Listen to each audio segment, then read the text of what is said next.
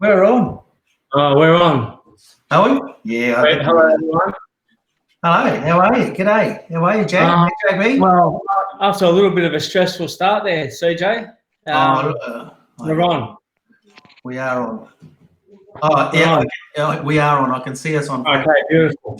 Before we introduce our guest, I just want to acknowledge the traditional custodians where we meet, pay respects to elders past, present, and emerging, and welcome everyone into our space. I hope we have a great yarn, and I'm sure we will. And now I just want to introduce, firstly, our very special guest, Dr. Megan Williams. And, of course, to you, Mr. CJ. How are you? Good, thank you. Welcome, Megan. Or can we call you Meg or Megan? Yeah, Meg. Most people, call me Meg. Okay. Dr. Meg or just Meg? Yeah, just Meg. Not everyone knows about the doctor bit. I haven't, shouted that from the rooftops, actually. Yeah, no, that's all right. No, that's great. Nice to have you on board, Meg. Yeah, thanks for the invite, CJ. Yeah. We're looking forward to grilling you big time tonight. Yeah. Likewise. Gets a bit stressed. Now, Meg, tell us a little bit about your backstory. Well, I'm coming to you from Gadi land, Gadigal of the Eora Nation, which is inner West Sydney, where I'm in Enmore. So I live and work on Gadigal land, and really, this area is just imprinted with knowledge of the traditional peoples. Like King Street, the main road that I walk up and down most days, is an old street. So we really have Gadigal first and foremost in all of our work at Sydney Uni as well. It's really amazing. So hopefully I'll get to share a bit more about that with you. Certainly will. Yeah, but otherwise, Wiradjuri through Dad's family, and our surname's Williams, which has been several generations of Williamses. And I'd love to write a book about which Wiradjuri Williams one day. My aunt did suggest maybe it should be called World War Williams instead. So Mum's family are English and Irish, and I love my family story. Real levelling that's occurred in the family with, especially around World War One.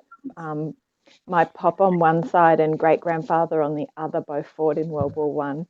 One as a brigadier in the British Army, and one as a young Aboriginal fellow who changed his address and passed for white to join. And Pop was just extremely traumatized by the war. And whereas the other English white side of the family got, granted extra special things post-war. But over the years, actually, I just feel like, it's leveled in me, and my brother. Basically just like major social change, but the impacts of trauma, illness, alcoholism have meant that both families have kind of crashed and burned and ended up, with our current generations working really hard to be well and stay well. Yeah, so it's awesome that we've got so much family history intact. And I get to go to Wiradjuri country quite a bit because we've got a little rundown house in a town near Mudgee, which is where our family were originally from. Yeah, so it's on my mind heaps. I'll probably go there tomorrow, partly because there's a water main leak, so I need to go suss that out. And, but really lucky to go to that town because I've got family in that town, and that town's got real strong arts and culture interest and honouring Wiradjuri people. So that's just absolute blast to be, because I lived in Queensland. I've been in Sydney 8 years and lived in Queensland for a long time because family pattern of breakdown meant that family ended up in Grafton and from there up to Maryborough and Hervey Bay. And then Brisbane, Central Queensland. So I've moved around a lot. And then down to Mudgee, back to the Gold Coast, to Brisbane, back to the Gold Coast, and back to Brisbane. Yeah, so it's awesome to be down here. I work with a close relative. That's astounding. You know, in terms of identity, to be sitting across the table looking at someone that sounds familiar, feels familiar, looks familiar, is familiar, just so powerful. And I know not everyone has it, that connection to culture and family. And I didn't for a long time. So I really cherish it. Yeah, definitely. So I love being able to share. I suppose that families can get stitched back together and you never know when, and you'll be nicely surprised, you know, if you're open, I suppose. Yeah, so heaps more to tell. I don't want to ramble on, but I kind of do too. Oh, you can today. Yeah. I've been really lucky to be an avid reader, I think, because I think I know reading was an escape for me as a child, and because of family drama. So I'm really just so grateful to have had that, you know, ability and interest in reading, you know, from like preschool age. And when our family broke down, I was actually put in school early because there was no childcare in that little bush town. And I remember saying, well, I'll go to school then, you know, and asserting myself at 4 years of age, because That's partly I it. wanted to be with my brother, who's Yeah. a little bit older. And yes, I'm really lucky to have fitted into education. And I studied social science at uni and human rights. So I was in a really good place with that.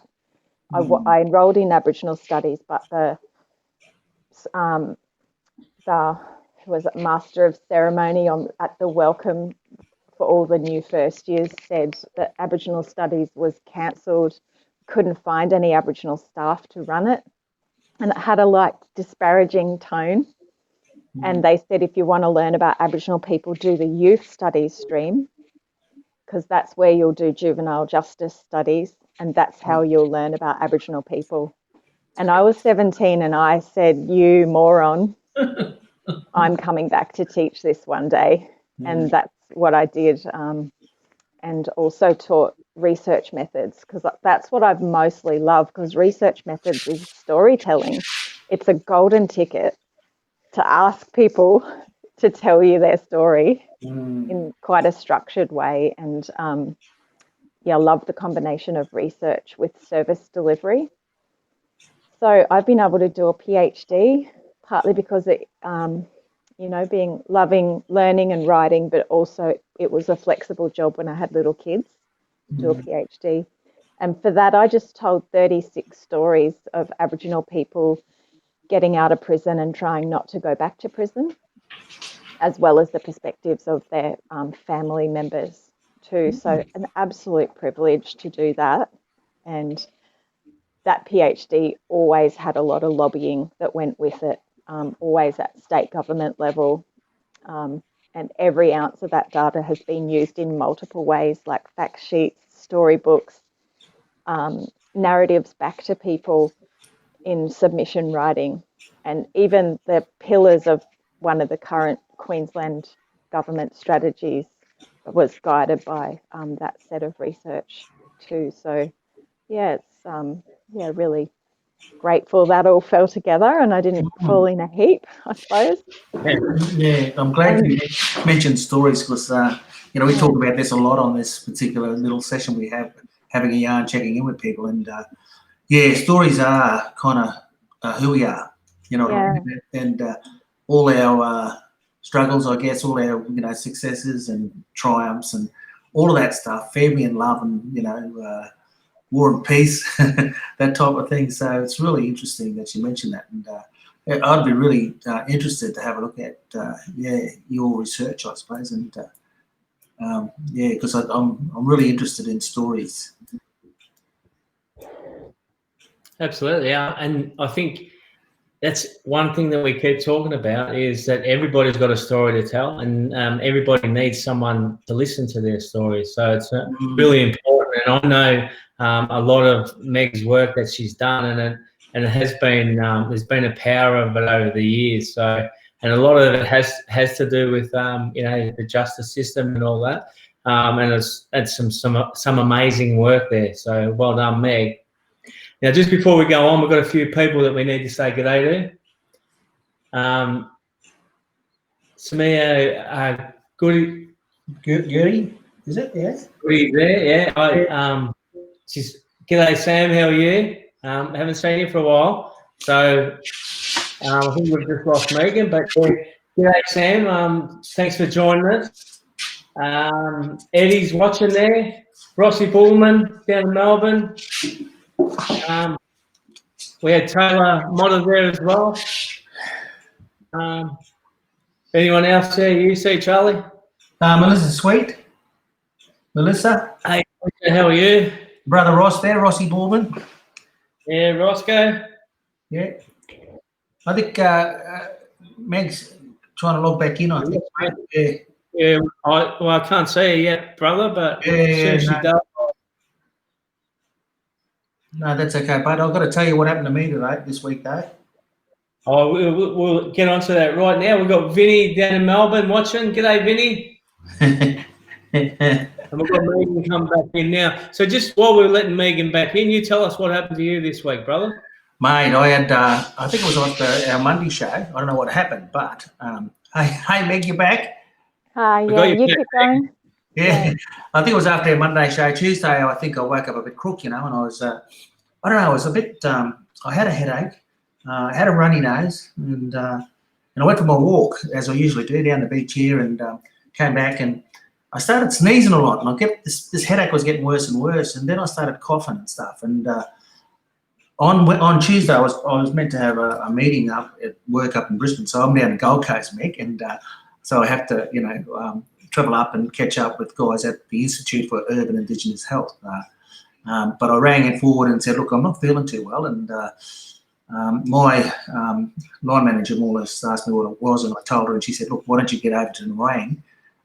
Nerang, they've set up a COVID-19 clinic, a screening clinic, so I said, yep, I think I might do that, and hence I've been in isolation. I went and done the test, went over to Nerang. It was probably only about 20 minutes from here. Went into the clinic. I didn't actually go into the clinic. I was parked up outside. Someone came and caught up with me outside and got all my details, and gave me a mask and some stuff on my hands, and then called me once I was still sitting in the car, and she called me over once the doctor was ready. So I went in to see the doctor, took me into a consultation room, I suppose, and we did the bit of an update on what happened, why am I here, all that sort of stuff, and then did the actual swabs, I guess, and down the back of my throat and then up my nose and stuff. So, and that's what all it was. And I just sort of, walking out, Dr. Jeremy it was, and knows Jack really well, and he said, "Oh, I've been listening to your show." And I said, "What show?" And it dawned on me that he knew Jack, and I said, "Oh, you know Jack Pullman? Yeah, okay." And so he said that, and I said, "Oh, well, there you go." So, but it was quite an easy process. I mean, if anyone's got a cold or a flu, just go and ring up your closest COVID-19 clinic, and make an appointment to go and get checked up. Because one thing I know now, and I only got the call probably 5 minutes before we went on air, is that I'm clear of any virus of such, no coronavirus, COVID-19s, so that's, for me, that's peace of mind. I was sort of, think of the worst, as we all do, always do, but that was a bit of good news. So that's my story. That's what happened to me this week, and I've been sort of in isolation for 2 days, and he gave me the go-ahead. He gave me the news this afternoon, and so that's why I'm going to be, might go up to Brisbane tomorrow for a drive. Good work, brother. That's me. Yeah, it's really good to hear. We're just going to say g'day to Jasmine Adams. G'day, Jazzy. How are you? My brother Malcolm Darling up in Darwin there. G'day, Malcolm. And now every weeker, Jan Hogan's back on, all the way from Wales. Yeah. G'day, Jan. And not far from morning. John Riley from Hopevale. Johnny Riley from Hopevale. He actually gave me a ring today, and Tuesday week, CJ, we're going to have the Hopevale men's group on. So Oh, we'll have to have one on the Tuesday nights just to have our fellas from Hopevale. So it'll be looking forward to that as well. So how good's that? yeah. We're talking to Mob up in Hopewell. Wow, how Yeah, good's that? Yeah. Malcolm Darling, you got also Vincent. Did you see Vincent's post there? What's going on, boy? Vinny Boy. Yeah, no, nice. We also got Eddie Boy up in Cairns there, saying g'day to everyone. So g'day, Eddie. Oh yeah. Caught up with Eddie today via Zoom. So well, right. good. Yeah. And we've got a little bit of a following, Dr. Meg, and it's nice to know that people listen to what we talk about. And also, it's been great to have guests along, and definitely. We'd love to know more about how you're coping, I suppose, in this time down there. I know you said it was a bit cool at the moment. Yeah, it's a little bit cool. And I suppose being a lover of stories means I tend to love people. And so, it's not so much that it's been alone, but the restrictions, restrictions on freedom to go. And in that time, I would have gone home to Mudgee area more as well. I think I really felt the difference that we couldn't travel, and I would have seen my brother. He's on the Gold Coast. I would have seen him probably in that time, and really missed family and missed that.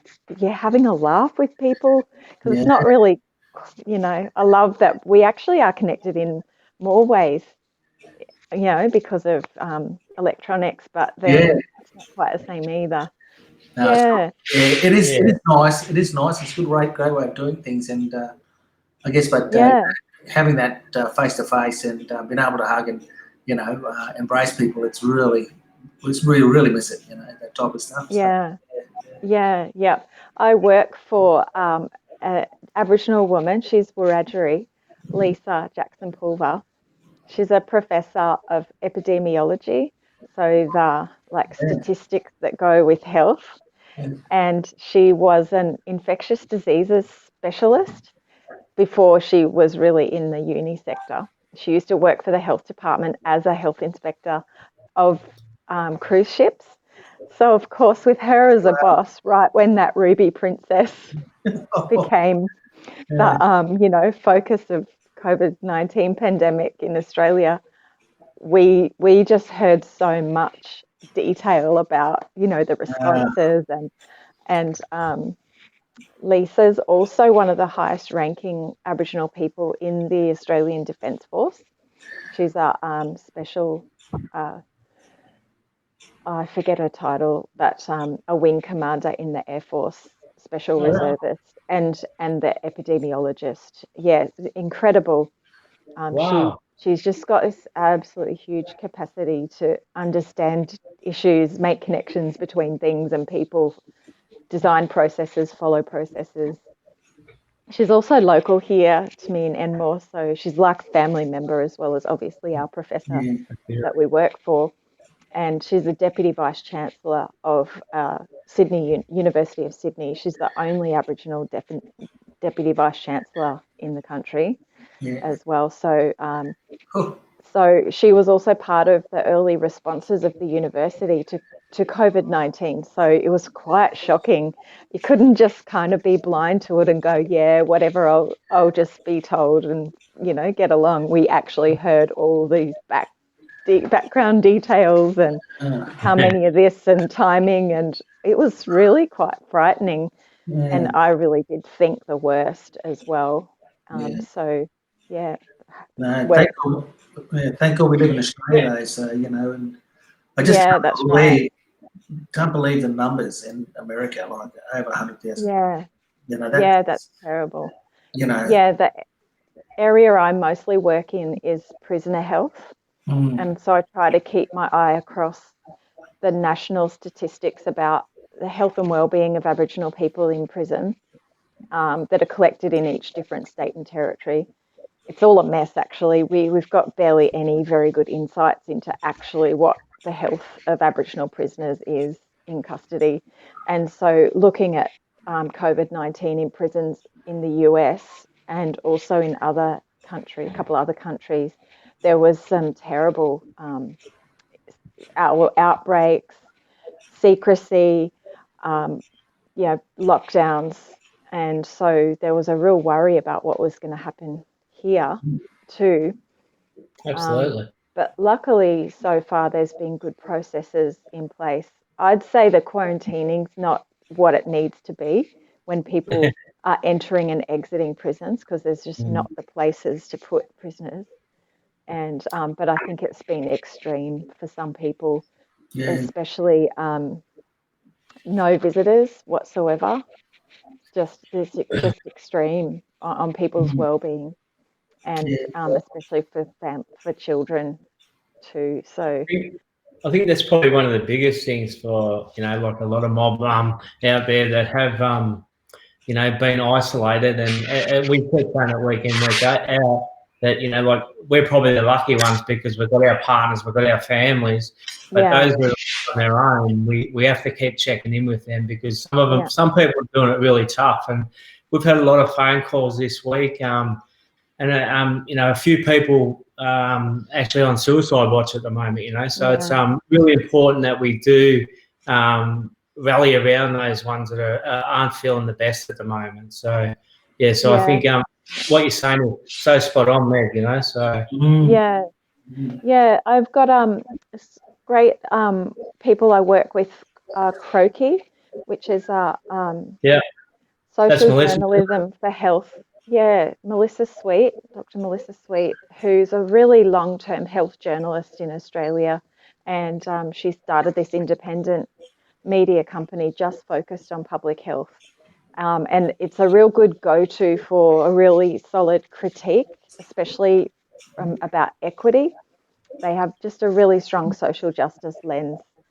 It's not just straight mainstream health reporting, but really good, strong critique, and they know their values from guidance from Aboriginal people really well too. So you can always spot some Aboriginal values kind of coming through in a lot of things. And I'm a active participant in that. We've got a Judith Neilson Institute grant for independent journalism, and we're doing a series #JusticeCovid. So that's just kicked off this week. So follow along. That mainly on Twitter, but we'll cross-post a bit to Instagram and Facebook as well. So I'm hoping through that to tell the story of a family and a family member in jail, and have a good spotlight on the international jail context, and also Indigenous peoples, because we know that they've been disproportionately affected in the US and South America as well. So I guess in solidarity and gratitude that it hasn't yet occurred here to that extent. Thank goodness some of those communities just said we're shutting the doors. We heard from Renee Blackman last week, or was it last week? Or this week? Monday. This week. Monday, Tuesday. And it was just they just shut down the communities up in the Gulf and all up the Cape, I guess. So that's a good thing. But look, if you've got any information, certainly leave it with us, and we're happy to leave it on our Facebook page, or even on our website now to for people to see. You've done us proud with our new website. Yeah, you're liking it, mate, are you? It's good. It's nice. Yeah, I'm loving it, actually. So Meg. Yeah. You just started at Sydney Uni, that's correct? Yep, that's right. Yeah. What about your position there? Yeah, that's interesting career move, or whatever you call it, job move. It's to the National Centre for Cultural Competence, which is it doesn't sit in one of the usual university faculties or schools. It works across the university and with external partners as well. So for me, having a job at a university, usually I'm in a faculty. Like in my last job at UTS, I headed up their little Indigenous health discipline and that team. But I wanted to try something different, and also all research that I do, or like community projects, is so much of the issues and the lack of progress comes back to like mainstream Aussie service providers or policymakers not having gone on the journey about what being in a colonised country means, or what paying respect to First Peoples of a country means. And often they've shut the door on their own cultures as well. Maybe they're second or third generation and they just say they're Australian, and they don't know, they don't carry forward their Greek culture or their, you know, whatever cultures. And time and time again, experiencing my knowledge and my experience and my expertise being second rate. I have experienced that time and time and time again, even though I'm Western social science trained, plus Indigenous postgrad, plus stats postgrad, plus a PhD, and I've been treated like an idiot. And that's not just my ego, like I'll own a bit of that, but it's because of that denigration and of Aboriginal people and cultures and not being valued. And I've even had said to me, you know, if you think your models of health are so good, Aboriginal models of health, why is your health so bad? They mustn't be any good. Holistic care, community-controlled health organisations, they mustn't be any good, or your health would be better. Yeah, so that I just think that's absolutely disgusting point of view to carry around without really interrogating it. And anyway, that National Centre for Cultural Competence, its job is to get as many staff of the university through 4 levels of cultural awareness, cultural safety training, like, well, cultural competence it's called. I don't love the term, but cultural competence training. But it's 4 stages, and I've been part of those, and I've seen some incredible shifts in people's respect for Aboriginal people, growth in respect for Aboriginal Indigenous cultures worldwide, and a real desire for people to understand their own culture and the influence of their privilege. So that's why I thought I want to work there, and I want to contribute research skills to sort of documenting the journey people go on to realising Indigenous cultures are highly valuable and we need them more than ever. And the bushfires were a great example of that. But just one other little thing I would love to share about colleague Janine Dunleavy, and she's a lecturer at Ganeebe at Southern Cross Uni, and she does an online it's called connective art process, basically, or where collaborative art, where usually the people together would have to look up Aboriginal health and risk, and a whole heap of, when you Google that, lots of really negative issues come up. But when you just Google risk generally, it's about workplace health and safety. But when you Google risk, Aboriginal and risk, it's about like Aboriginal people's poor lifestyle choices and terrible health. But now when you Google Aboriginal people and COVID-19, interestingly, there's a really great message that comes about how Aboriginal services have been at the forefront of a great response to preventing COVID-19 in communities. Yeah. Yeah, I was going to say that. Some of the, so powerful. It's the envy of a lot of the rest of Australia, I suppose, how quickly Aboriginal Health got onto this and set up these clinics that are all over the place. And definitely, it's getting better and better all the time with engagement and Aboriginal people using Aboriginal medical services to for all their needs. So it's great.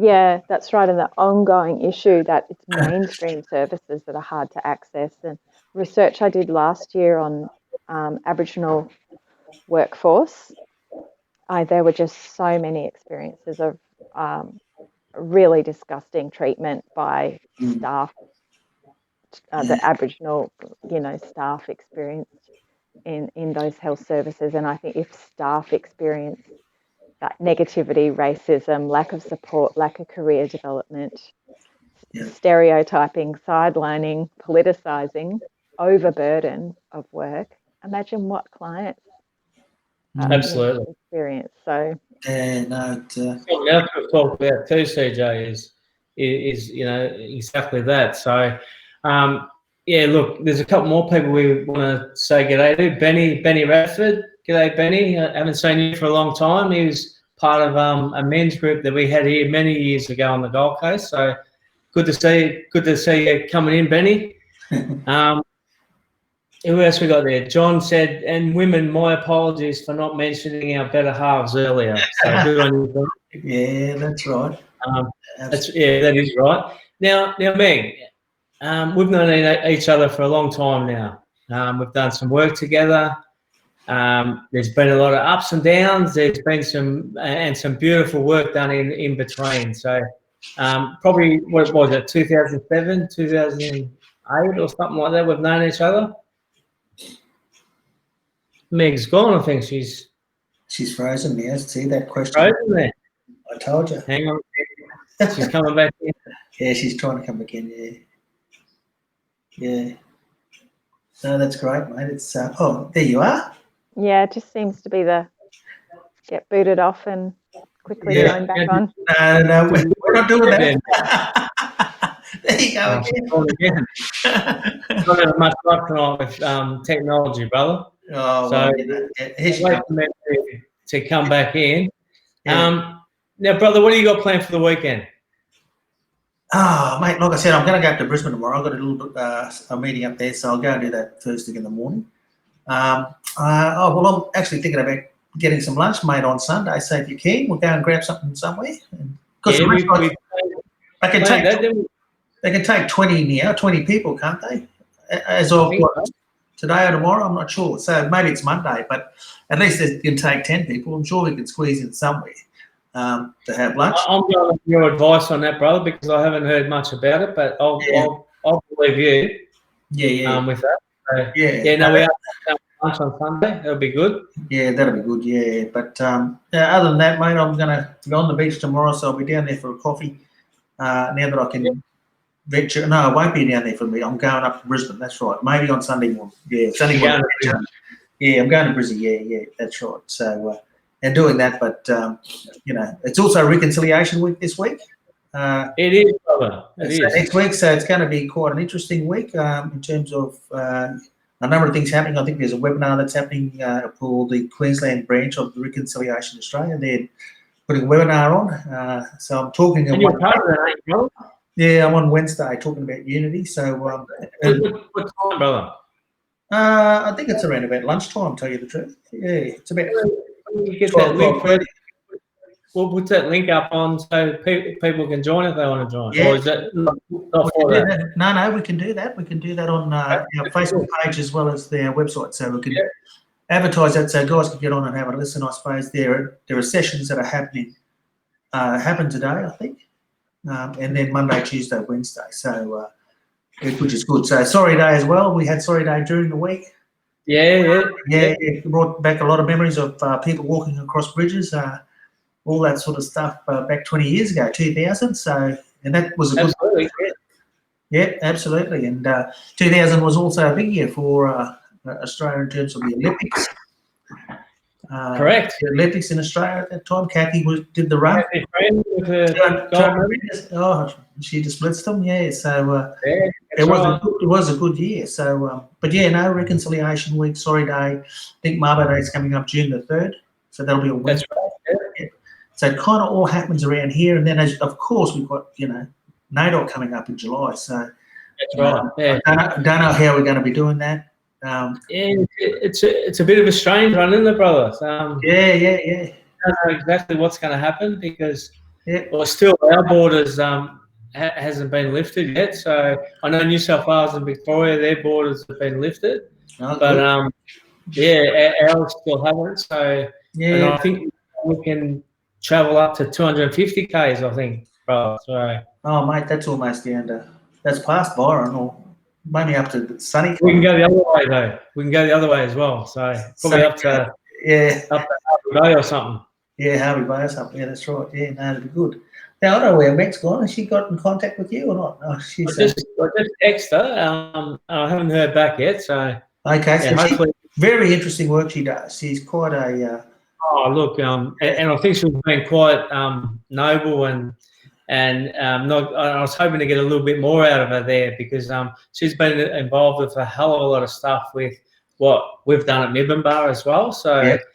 And she was part of the working group that developed the project for the Be the Best You Can Be, our program that we run, Mibbenbar runs. So here she comes back in now. So I think we've got her.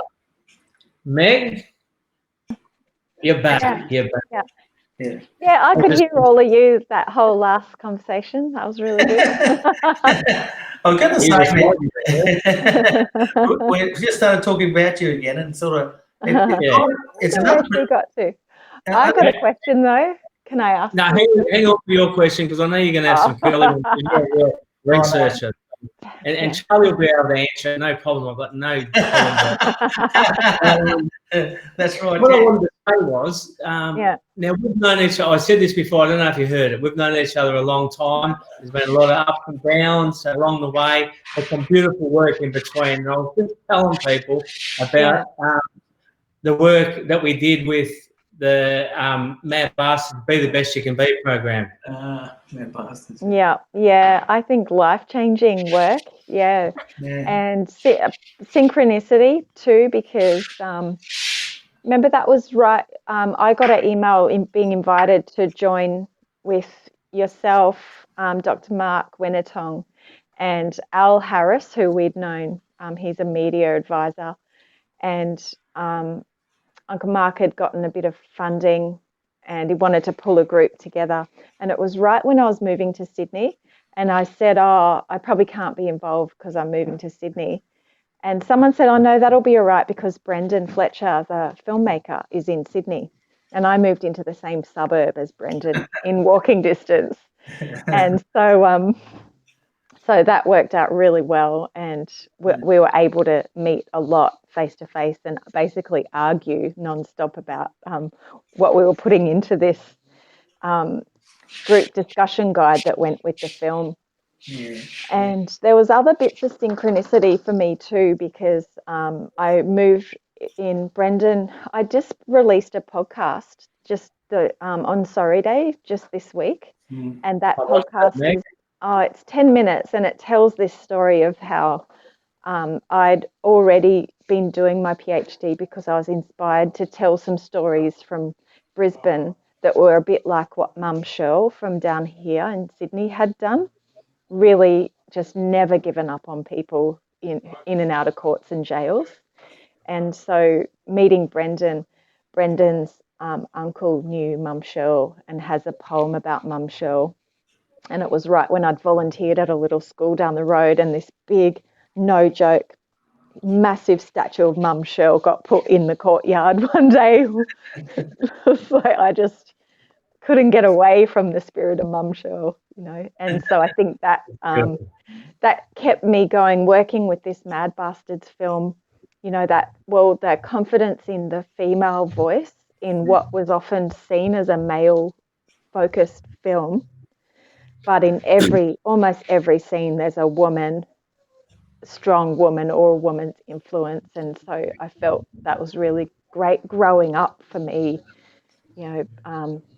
Carrying forward that importance of the female role and influence, and absolutely, and working together like brother and sister, like no gender is any more important than the other or anything. Yeah, absolutely. And we must have had a little bit of fourth sight there, Meg, because as you know, look, we run that program and we deliver it, and I reckon wherever we went, our elders, our male elders asked us, can you also work with the women? And then in 2014, we started to work with the women and men, and you're one of our facilitators as well. Yeah. I think we just knew, because we fall apart and we heal in family context, and that there's, multiple genders and generations. So I think we had that foresight, like you said, and that wisdom, whereas maybe mainstream health separates and segregates and thinks, oh, it's Aboriginal business, this men's business and women's business. And, I think I would always respect that. But now in the present day, in contemporary urban Aboriginal society, we got to keep changing, making our culture grow. And we were brought up to believe Aboriginal culture was a living culture. You always kept, like, the only thing you ever need to know is how are you going to grow, you know? So that's how you're going to get out of the problems and how you're going to be better in the future. Yeah. I think you're spot on there, Meg. I mean, and again, like we've had like a few issues over the years with, you know, people talking about men's and women's business. Now, I can tell you there's no one that respects that more than what we do. But as you were saying, it's not about that. It's about us working together for the betterment of our communities and for our future generations, those sort of things. So, look, that's right. I wish we had our Wiradjuri women's ceremonies, but we don't, you know, and maybe one day again we will, but up in our northeast Wiradjuri country anyway, other parts of Wiradjuri country might, and there's just so much reclamation and repair and healing to do. And at the same time, we need the support and strength of each other. Yeah, so definitely. I think Mad Bastards was different. The issues came from contemporary issues. It wasn't about cultural development as much as it was about oppression and poverty and the drama that comes from that. And we need to work together to heal that. That's really different to kind of cultural business in some ways. Now, it was an interesting movie that it was really, you know, the men were sort of segregated to one side, and as you said, you know, the women were there in support and trying to, you know, help make things better for them, I guess. But it's I just every time I think about that movie, it's and I don't know whether our listeners know about Mad Bastards, but it's a great movie. If you get a chance to check it out. Definitely. Same. I think it told us. Also, the program that runs with it's a fantastic program too. So yes. So super flexible program, and it can be for young people or the general community. It could be staff training. Basically, watching the film, looking at the themes in the film. It's kind of at an arm's length distance, isn't it, Jack? You can sort of safely talk about the characters in the film, and you don't have to talk about your own problems. But as the group safety develops and people get more confident talking, then there's that magic turn where people's own issues come out, and then you can plan forward from there. So it's really gentle yet powerful. You're spot on what you're saying. I mean, that's the exact beauty of it. You're able to use the movie as an icebreaker. You're able to then talk about issues and concerns that you may have, but through those characters. And then, as Meg said, once that safe space has been truly created, you're able to then talk about your own concerns and issues, and then look at solutions for those, and then actioning those solutions. So, we love it. We've been delivering it since 2012, I think. So, so we love it. That's good stuff.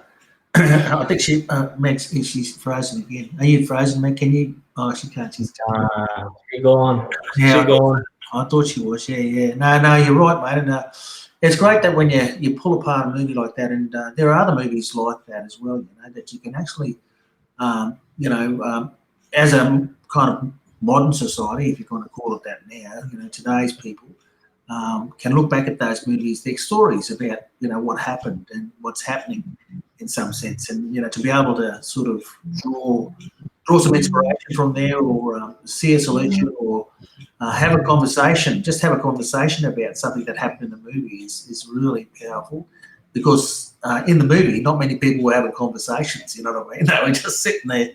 That's right, you know what? I mean, the perfect example of that is the men's group, you know, and people laugh at those scenes where the men's groups are, but you would know this too, CJ, and you definitely know this, Meg. But, you know, like I've facilitated men's groups many times, and that's the way it is sometimes, you know. Fellas come because they might need a free feed, or, you know, something like that. But while they're sitting there not talking, we're building that rapport, we're building that trust, we're building all those things that to be able to create that safe space. and then they will talk. And that's the magic that Meg was talking about before, because the magic does happen for our fellas. And it might be a well facilitated and safe space, and they will talk. Our fellas will talk, and they know what their concerns and issues are, and they know what the solutions are. And I know I bang on a lot about this, but it is so true. Yeah, I agree. I think because the trust builds up, the trust is there, and the identification too. It's so powerful. There's so many facets of the characters in Mad Bastards. You see a bit of yourself in everyone. Absolutely. And it tells our stories of our families in pretty very non-judgmental, just realistic, everyday way. Well, it's a bit funny as well, and absolutely beautiful on screen. So I think that does something to you as well when you're visually so stimulated and relaxed, because Country, our mother, is so beautiful. And of course, she's all encompassing and she's got everything we need. And you can just relax into those beautiful long shots of that have been done. So, hats off to Brendan. The Pigram brothers who were producers as well. I do have to give a really special shout out to Brendan Fletcher. I mean, he's been amazing over the journey. Like, he's a writer, he's a director. He's got such an amazing story to tell about even the writing and the whole thing about Mad Bastards. It's absolutely amazing, and he tells a beautiful story. So, and for him to be able to stick by us and deliver this program for like 8 years now, I think it is. He's been really special doing that, and he's only just had a baby. So him and Lisa just had a baby. So congratulations! Congratulations! Yeah. And look, truly has got an amazing story, and he's such a great fella as well to go with it. And the other thing that we early on when we were talking about, everyone asked us, is there going to be a second Mad Bastards? And Brendan always said, over my dead body, there's no way there's going to be a Mad Bastards 2. But now it's changing a little bit. He's been talking about, he's going, oh, maybe there could be a Mad Bastards too. So, you never know. Like the young fella Bullet grows up, and you'd have to move to the city. You'd have to have that element of black identity in the city. And then probably retire to the Gold Coast. I reckon it's the best place. That'd be the happy ending. So and I would want a cameo, because I got the nickname Meg Bastard out of that, because we were given T-shirts that said Mad Bastard, and I ended up with about 7 of them. So I wore one every day, wherever I went. Just grab that shirt, put it on, another one. And someone said, oh, we need to give you one that says Meg Bastard. And I thought, it can't be anything to do with my character. It's surely not. Because of my work. Damn, you can see it too. Oh, jeez. Well, that's good. We're going to say g'day to Sam French is down in Melbourne watching. G'day, Sam. Jason Andy is up in Brisbane. Danielle O'Brien is in Melbourne as well. I hope she's got little Peyton, who's our little niece. Hello, Peyton. And Ashley Edwards. I see Dave Brown from Cairns. He's up there watching us too. He loves the show, he reckons. But and also Brian Carter, who's from North Brisbane, there around the Albany Creek area. So I think he's here. G'day, Brian. Yes, but that kind of leads me on to some of the stuff that we talked about in terms of these men's groups. Mad Bastards has been the sort of conversation and the example, I guess. But I wonder how many other men's groups there are around the country. You know what I mean? So being able to identify those men's groups and to be able to, get a feel of where there may be some gaps that are needed. You know what I mean? That needed to maybe talk about or encourage people to come together as groups. I mean, we do a little bit up north side of Brisbane where we have coffee mornings, and it happens once a month in certain regions. Oh yeah, right. So that's really good. We get together and just have a chat, and there's no kind of set agenda. It's really just a a gathering, I suppose. So I wonder if there's some happening up in Cairns there, Dave. Brian, if you've heard of a men's group over there, I know they've got the men's shed that is another, I suppose, initiative that's been funded by, I don't know who, government maybe, but whether or not there are opportunities for, if there isn't one, opportunities to set up a men's shed, I suppose, for our guys to. Yeah, it's definitely where I'd put my money if I was a funding body into those informal. Well, they're formal, because they're set up, but they're not a service, an organisation as such. Yet they're not just family or church. It is something, it's a structure, but it's absolutely intermediary between community and service. I think the best ones that come out are the good ones that have just come from the ground, like a couple of guys getting together, and then all of a sudden there's 3, and all of a sudden there's 5 or 8, and that's the best way, and we all buy ourselves coffee and do that sort of stuff, so we don't rely on any funding. But I mean, as soon as money comes into it, I think that gets a little bit more tricky. So where that money goes to and all that sort of stuff. So.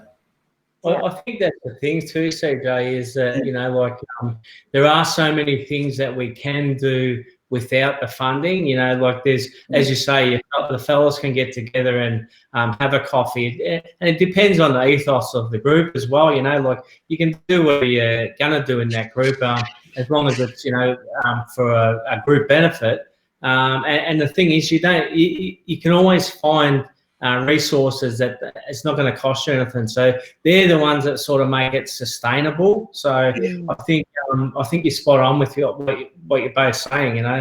We've done so much work over the country with men's groups and even starting men's groups. That's what I've been doing this week actually here on the Gold Coast, is working with Queensland Health to actually start up a dads group for all the new dads, because there's and it sort of was a little bit surprising to me, but there's between 15 and 20 Aboriginal and Torres Strait Islander babies born on the Gold Coast every month. So, fantastic. I mean, and we need to know that, because and how to support them and celebrate another young.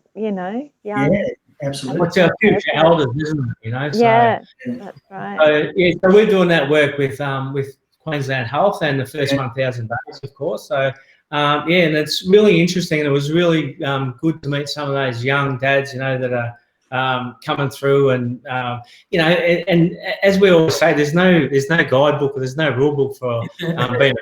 So, we can all help each other, So it's that whole transfer of knowledge thing again. So that's good.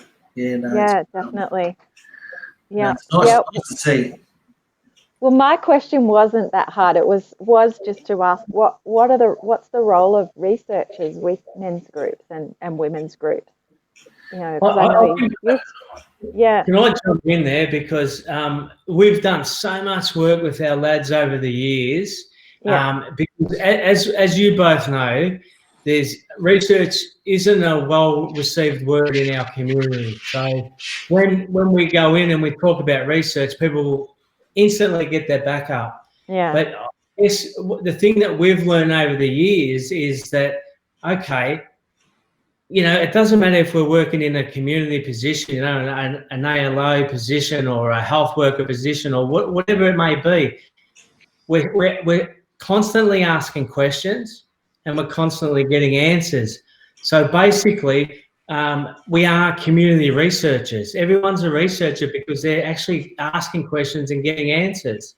So if we're able to evaluate that sort of stuff, and I guess, Megan's one of the ones that has taught me a lot about evaluation, along with Dr. Rick Hayes and a really good friend of ours, Kev Rowley, who's now passed, but love our brother Kev. And they're the ones that taught me about evaluation, because I used to say, I don't care about evaluation because I know what we do is working. But it's not good enough for us now. And, you know, we talked about sustainability before. So to be able to make it sustainable, we need to sometimes jump through some of those hoops so that we can be in the mix for, you know, whatever it may be that we can get for our fellas and our girls and whole communities. So, so I hope that answered your question, but it's certainly opened our lads' eyes when they go, oh, I'm a researcher, you know, like sometimes we don't understand that, you know. So no, it's nice to have some of the data, I suppose, to back up some of the, you know, some of that sort of qualitative type of research, I suppose, that we do. I'm doing up a men's health strategy for South East Queensland, so part of that is also been backed up by, you know, things like the, you know, lifespan of men and what health issues they're having during that lifespan. What services are currently about that provide, you know, services to those groups, and then we talk also about engagement, which is a huge thing, and it's really we don't engage well with as men. You know what I mean? So it's all about what works and what doesn't work, and sometimes it's just about asking fellas what they'd like to do, and a simple thing like that can end up being something, you know, that starts to engage men and take control of, you know, what they want to do. But you know, then there's all that. With Mad Bastards, what we found is that more fellas come the second day, like word gets out, and more. It's like what you said, when you find out what works to engage. I find Aboriginal men engage really well and deep, so deep that you just weep about what people share and how they can identify what's needed and the leadership. Sometimes I feel that, you know, some men just can't wait to get together and talk about stuff, you know, because they can't talk about it with other people, you know, that type of stuff. So And again, I'll go back to some of our experience with our lads over the years, and you know, we've got lads that say, you know, if it hadn't been for Mibambar and the group of men, they might have done something silly, you know. There's so many stories like that, and it's not rocket science what we do. It's just about getting our lads and now our girls together to be able to have those talks about, you know, what our concerns and issues are. And you're spot on, CJ, you know.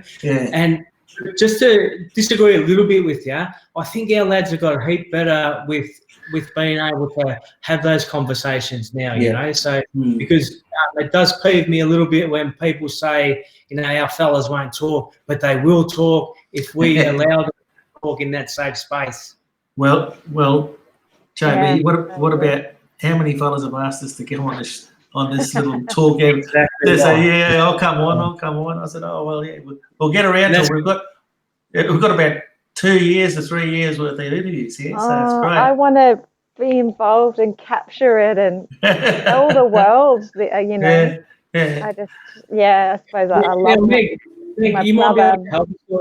You might be able to help us a little bit here. It'd probably be a good idea if we could maybe, you know, like evaluate it a little bit. I don't know how we would go about that, but that's your expertise. So I'm setting you a challenge. Charlie always sets me a challenge, so I'm setting you. All right, my brain's just gone. What would we do with this and that and this? How can we get this? You know, like to evaluate and maybe, you know, like see other fellas out there. You know, being out there and delivering their own little segments on Facebook and those sort of.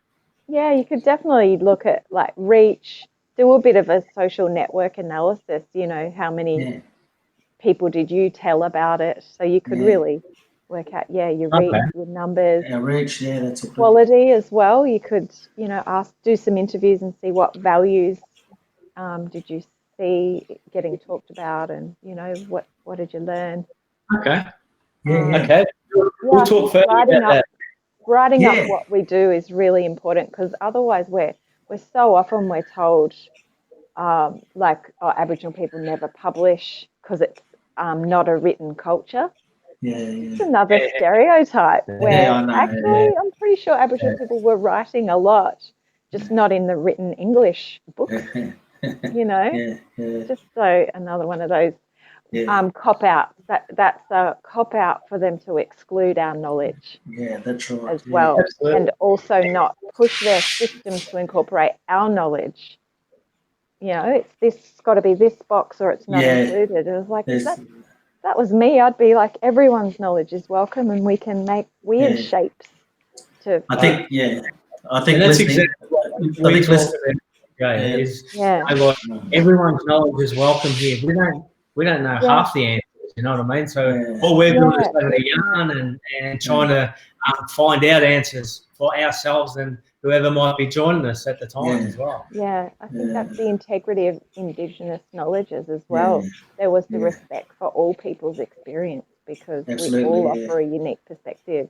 And that's why, like, having a PhD is just one part of knowledge. That tells you how much I don't know about a whole heap of other things. Like, you know, so I missed a lot of the world when I was doing that. So I'm totally the dumbest person in the room in some ways.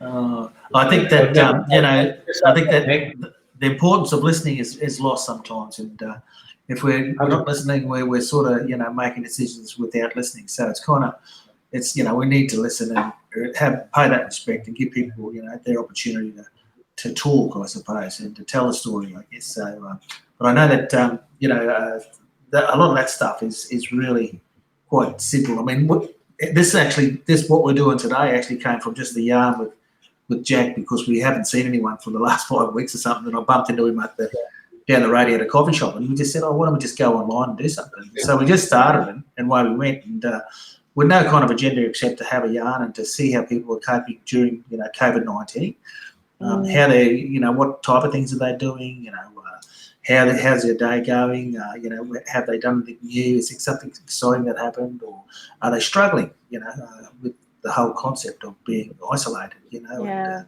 so it was all about that, and that's what it is. It still is, I would imagine. We still try and talk about what we need to do going forward, I suppose, now that there's some restrictions being lifted. What's going to stick with us? So we're going to be doing that social isolation stuff, or social distancing, and keeping our hygiene protocols intact. So we're always washing our hands. Going back to I suppose square one, I suppose. So, but that's where this has all started from, and it's just kept going and going, I think, and which is great. Not a lot of people out there, especially some of our listeners. I see Renee Blackman's jumped on. Hey Renee, how you going? And she says, "Hey Megan, good to see you." Hey Renee, yeah. And hello, awesome. Jamie and me. So it's good. So it's really, so what Jack's talking about and what we talked about recently was, maybe we need to have a look at what we're doing, and do we do that, or do we just keep going on as we do, or can we get someone else to have a look at, this whole process and where people are logging in from, and, some of the things they're talking about, the need, and, some of the experiences that they've also kind of have a connection to. There is a relationship there that they understood what we were talking about because they've actually been through the same thing themselves. So it's quite interesting, and we've got some lady like Jack was saying from Wales that comes on every call, and then the guys from Hopevale, and guys from South Australia and all over the place. So it's really, really interesting how this is providing an opportunity maybe to do some of that research, and maybe to ask the question about what do you want to do, what do you think about this? Funny you just mentioned Jan too, CJ, because she just said, I feel like I'm checking in with my Australian family every Monday and Friday. So important to stay connected. So how beautiful is that? So lovely, Jan. That's good. Wow, amazing. Amazing, yeah, that's right. So it's it means a lot of things, different things to people, and so that's great. But just listening, like you said. If we don't listen, how do we get that perspective? How do we know? That's right. how we judge and make decisions. Absolutely, yeah. But there comes a time, I suppose, when we say you need to make a decision about this, and I think that if it's not clear, then it's sort of no, I need to listen more. I can't make the decision until I listen a little bit more, and that type of stuff, because you really can't make a decision if there's doubt in a particular situation, then obviously you haven't got this clear in your head. Yeah. You need to hear another perspective, or you need to hear another voice. Yeah. I think I could do better at that. Yeah. Yeah. Good So thought. food for thought. Yeah, I suppose. But that's beautiful. So, Meg, what do you got planned for the weekend? Yeah, well, I may head out west to near Mudgee and just check on this water leak at the house. Hopefully, it's not too bad, and it's a really good excuse. It's a good excuse. I have to make it out a bit more worse than what it is, you know. Me and CJ might come down and help you fix that water leak. That's right. Yeah. It's essential travel. Yeah, exactly. Yeah. In the combi, CJ. Well, that's one of the reasons I'm going up to Brisbane, mate, to just check. Yeah, what's the combi connection? Because my brother is absolutely nuts about Volkswagens. Oh, and he's got so many. Is he? And all kind. I was out in Campbelltown recently picking up an oil cooler for a, I don't know, 65 oval Beetle. Oh, really? Yeah. And what CJ's actually done is Bella's 15, and now she wants to buy a combi van. So we're in real trouble here. So I've had those combis, and they're not cheap. No, not anymore. I've had this relationship with combis for a long time. Back in I don't know, 80, something like that. Yeah. So I had combis and drove around Europe in a Beetle, and now back here, and I bought a combi about 10 years, maybe 8 years ago. Oh, right. And it's been it's been through the ringers a bit, and so I've actually got it into a panel beaters, and they've done it all up. It's really it's amazing. Right. I'm going to have a look. It's a 1973 Highlight transporter, so it actually used to be one of the old Postmaster General buses. Yeah, what colour is it? Or what was it? It was red. It was a red. Yeah, it was a red. But it's now kind of a wasabi looking colour. Far out. It's beautiful. I can't wait to tell my brother. Yeah. He's got one of the orange pop top campers. Oh, is he? Oh, wow. Yeah. And a ute as well, very old ute. Yeah. We often get down to Olbar, where they have the Olbar Festival in October, long weekend, and there's usually around 200 or 300 combis down there and Volkswagens and different types of cars. So it's good. We just we'll probably cruise down that way. If it's on in October, who knows? I wonder if it will be. Yeah. Oh, my first car was a 74 Superbug, 1.6. Really? 1.6? Yeah. Special. But it got completely burnt out in the bushfires up at Deepwater National Park, where my brother's got a house. Yeah. So I saw it at Christmas, and all the glass had melted and everything. Absolutely. No. I wept. Yeah. For country as well as the car. Yeah. Now, Meg, before we go, where's your dad going? Yeah, Dad's pretty well. I worry that he's pretty isolated, but he seems to be keeping in touch with neighbours. So the town he's in's got 28 houses.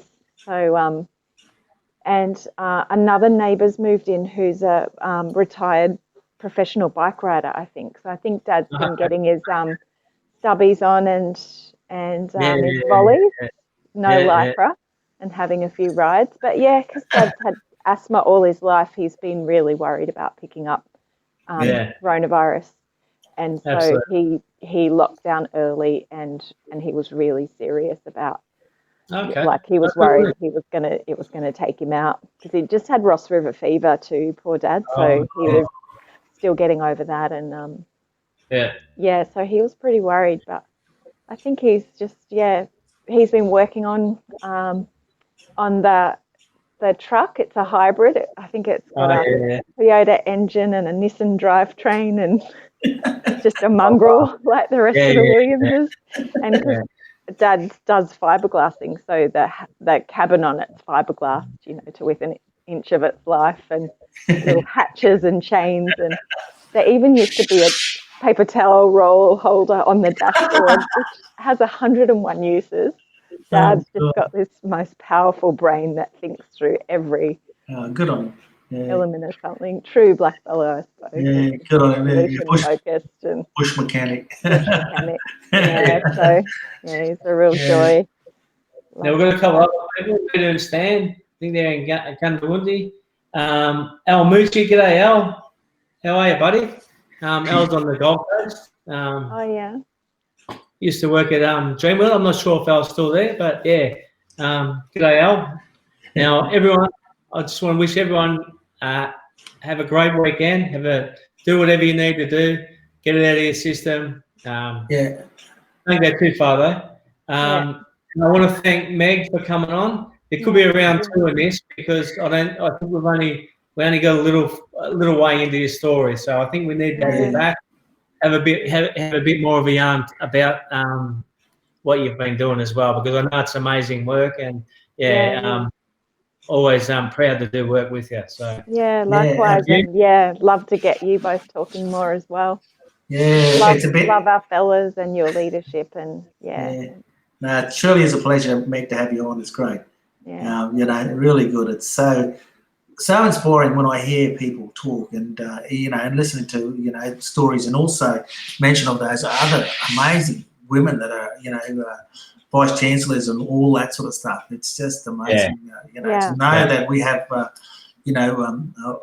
Aboriginal people of that calibre, in the country, and a lot more people need to know about that, this sort of stuff. That's right. Especially our young ones. That's the thing that we keep talking about, celebrating what we do well, because we always hear about the big stuff. So and what's possible. What is possible? Absolutely. Beyond your wildest dreams, what's possible. Put it out there and it happened. Put it out there and it happened. It's good. It is possible. No. We need support to stay well, don't we? We need that love from each other. And look, we're all just humans, we're just human beings, and when you think about it, and my heart goes out to that over in the States at the moment. It's it's must be just terrible to be involved in that. Another day, brother, to be honest, because there's a lot in that we need to unpack, I think. So I know. But it does. It kind of affects the mental health of everyone in the world. Yeah, I think for the family here too. Like, one bit of work I did was with Speech Pathology Australia, and they had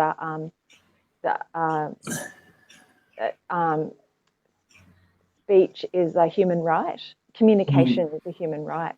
And I thought, I'm just going to show them this most horrendous thing. And it was of a fella dying in Long Bay Jail here in Sydney. And it was like what's just happened over there in the US. This fella saying, I can't breathe. And within 90 seconds of the end of the film, he died. That was right here within recent years.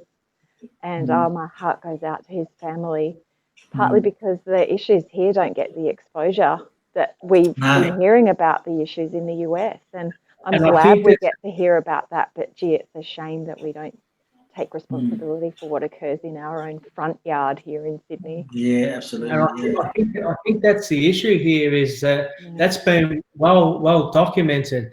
Here, we don't get to see that it's not documented like that. So, we certainly need to have those conversations about that sort of thing. And as horrible as it is, we need to be talking about that, and we need to get it out there so that people can better understand what Aboriginal and Torres Strait Islander people are going through.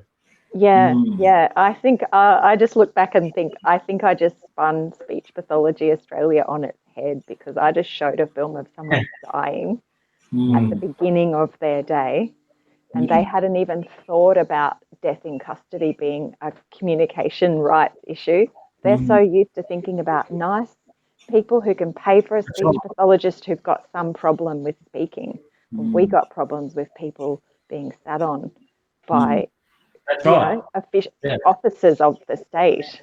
So I think they just blew out their perspective on what we need speech pathology to be doing, and advocating for those kinds of communication rights to stop people dying. Seriously horrible stuff.